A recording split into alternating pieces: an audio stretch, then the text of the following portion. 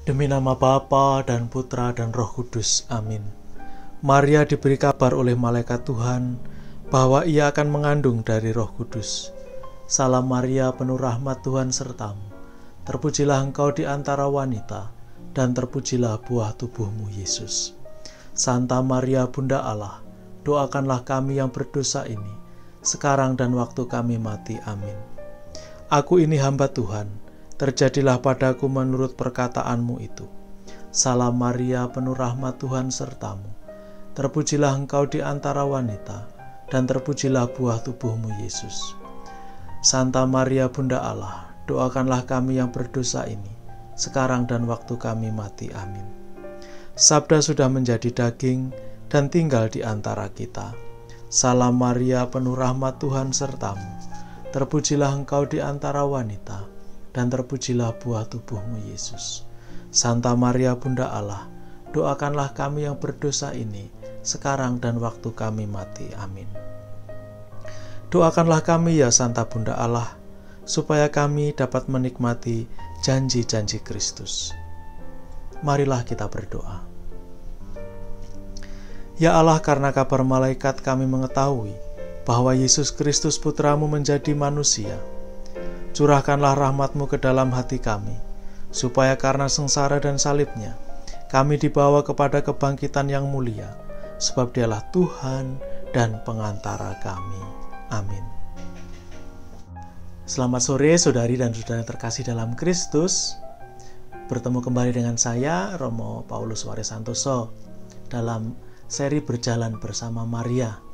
Setelah kita berdoa malaikat Tuhan bersama-sama, sekarang kita melanjutkan perjalanan pesiaran iman kita bersama Bunda Maria.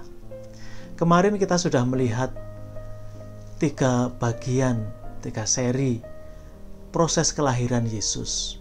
Dimulai dari perjalanan dari Nazaret ke Bethlehem karena ada sensus penduduk. Lalu kemudian bagaimana mereka harus kesusahan mencari tempat untuk menginap karena tidak ada tempat bagi mereka di rumah penginapan. Lalu pada bagian akhir kita juga melihat bagaimana Maria berproses. Maria melihat setiap peristiwa itu, menyimpannya dalam hati dan merenungkannya untuk mencari kehendak Tuhan yang sejati yang bisa dia peroleh dari setiap peristiwa itu. Sekarang kita lanjutkan perjalanan kita. Setelah melahirkan, apakah Maria, Yusuf, dan bayi Yesus kembali ke Nazaret? Kitab suci tidak memberi kita keterangan apa-apa. Tetapi kita boleh menduga bahwa mungkin mereka masih tinggal di Bethlehem. Seperti kita ketahui, Yusuf berasal dari Bethlehem. Kemungkinan besar dia memiliki kerabat yang punya rumah di sana. Dan sekarang mungkin dia bisa tinggal di sana, di salah satu rumah. Nah, hal ini nanti akan ditegaskan kalau kita mendengar kisah Yesus dikunjungi oleh 3 cerdik pandai, atau kalau dulu kita kenal 3 raja, tapi sekarang kita lebih mengenalnya sebagai 3 orang bijaksana dari timur. Yesus masih ada di Bethlehem, Yosef dan Maria masih di Bethlehem. Nah, saudari dan saudara terkasih, selama 40 hari setelah melahirkan, seorang perempuan itu dianggap tidak murni, tidak bersih. Dia harus dimurnikan lagi, tapi harus menunggu 40 hari. Maka ketika genap Yesus berusia 40 hari, mereka berangkat ke Bait Allah. Ada 2 hal yang hendak dilakukan. Yang pertama, karena Yesus adalah anak laki-laki sulung, maka dia harus dipersembahkan kepada Allah. Lalu yang kedua adalah memurnikan kembali Bunda Maria. Karena sebagai perempuan yang baru melahirkan, dia harus dimurnikan kembali. Nah, ini menurut adat kebiasaan orang-orang Yahudi waktu itu.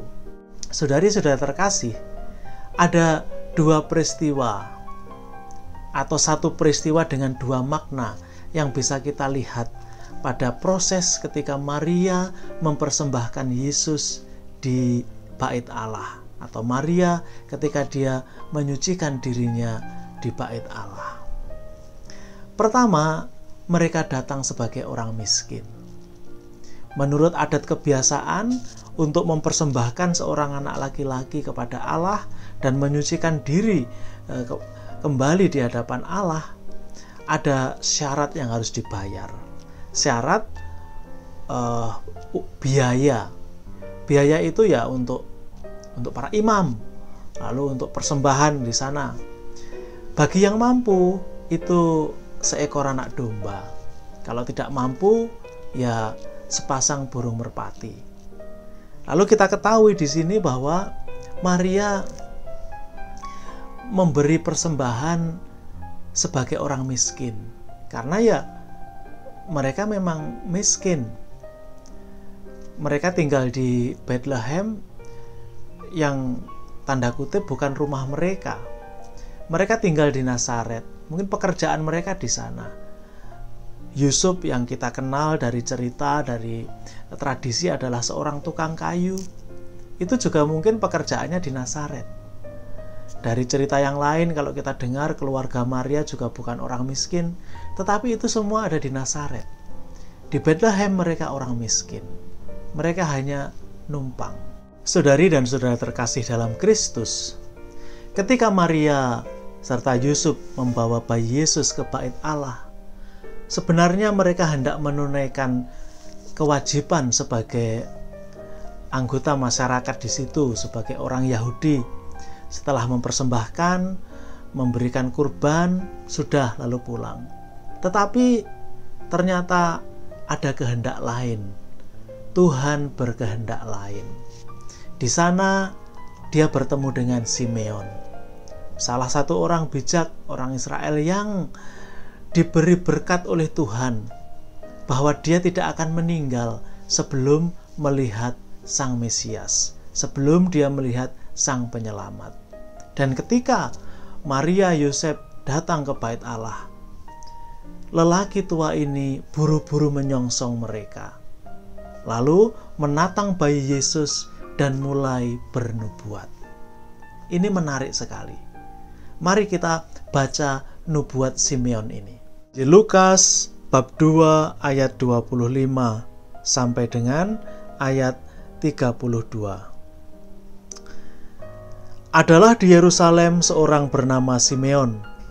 Ia seorang yang benar dan saleh, yang menantikan penghiburan bagi Israel. Roh Kudus ada di atasnya, dan kepadanya telah dinyatakan oleh Roh Kudus bahwa ia tidak akan mati sebelum ia melihat Mesias, yaitu Dia yang diurapi Tuhan. Ia datang ke bait Allah oleh Roh Kudus.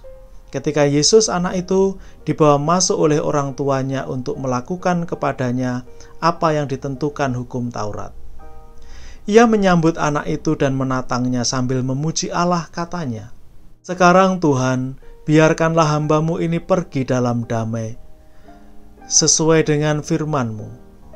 Sebab mataku telah melihat keselamatan yang daripada-Mu, yang telah Engkau sediakan di hadapan segala bangsa, yaitu terang yang menjadi pernyataan bagi bangsa-bangsa lain dan menjadi kemuliaan bagi umat-Mu Israel." Saudari dan saudara terkasih, ini seperti pujian syukur Simeon atas rahmat yang dia terima dari Tuhan. Dia telah menerima janji Tuhan bahwa ia tidak akan meninggal sebelum melihat Mesias. Dan kesempatan itu pun datang. Bukan karena pengetahuannya sendiri. Injil memberi kita keterangan, Roh Kudus menuntun dia. Nah, setelah Simeon memuji Allah dengan apa yang dia lihat, Simeon melanjutkan nubuat atas Yesus dan atas Maria. Mari kita baca lagi. Dan bapa serta ibunya amat heran akan segala apa yang dikatakan tentang dia. Lalu Simeon memberkati mereka dan berkata kepada Maria, ibu anak itu, "Sesungguhnya anak ini ditentukan untuk menjatuhkan atau membangkitkan banyak orang di Israel, dan untuk menjadi suatu tanda yang menimbulkan perbantahan. Dan suatu pedang akan menembus jiwamu sendiri, supaya menjadi nyata pikiran hati banyak orang. Sebuah nubuat singkat, tapi itulah yang nanti akan dialami oleh Yesus dan Maria. Sebuah nubuat akan perutusan.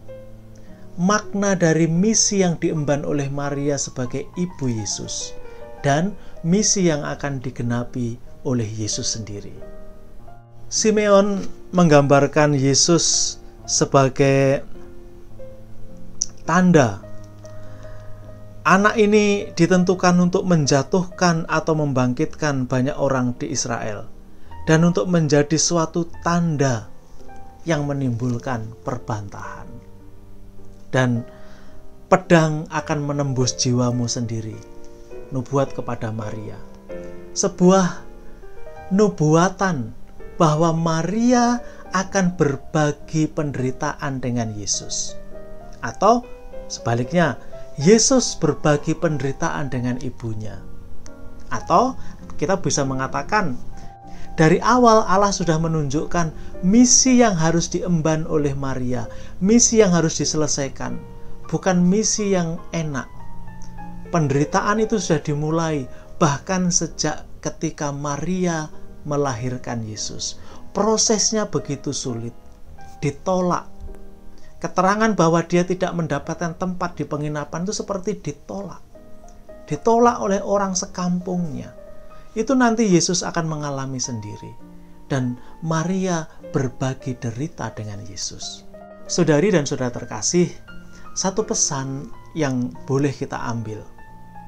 Berani nggak kita berbagi derita dengan Yesus? Kita tidak hanya menyerahkan seluruh derita hidup kita kepada Yesus. Yesus, aku pasrahkan seluruhnya kepadamu.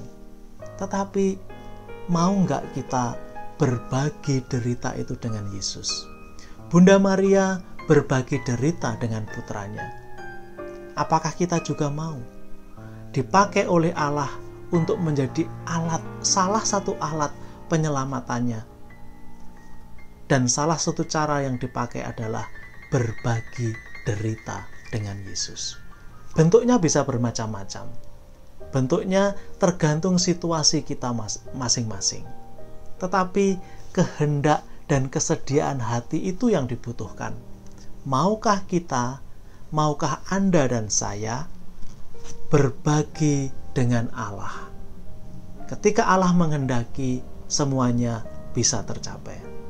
Saudari dan saudara terkasih, di belakang saya itu suaranya menderu-deru, angin begitu kencang.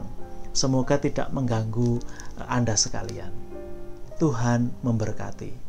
Demi nama Bapa dan Putra dan Roh Kudus. Amin.